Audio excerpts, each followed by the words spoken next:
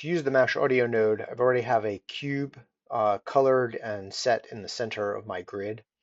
I'm going to select that cube, go to the Mash tab, click on Create a Mash Network. It sets up a linear distribution, so I go to the Mash Distribute tab, and I'm going to switch this to a grid, which gives me by default a 5 by 5. I'm sorry, a 3 by 3 grid with distance 5 between them.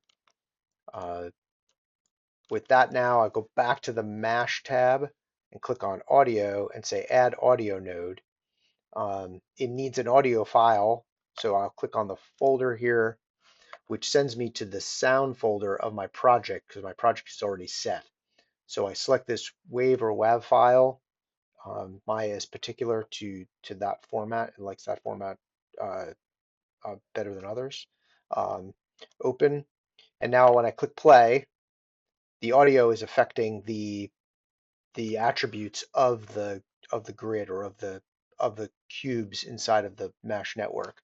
It's only affecting the scale Y because it's all that's been sort of it's the only property that's been toggled on here, but you could use any of these properties and affect the properties of the cube.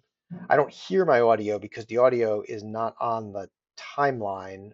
So if I right click and say audio, import audio, it'll send me to the same folder. I just click on that, say import, and now I have the audio on the timeline. So if I go back to the beginning and play,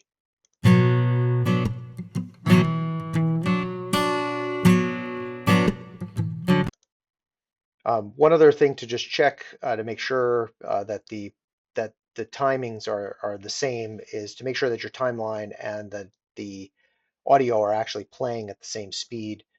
Right click on your timeline, go up to playback speed, and just make sure that this is selected to real time. That way they're not out of sync.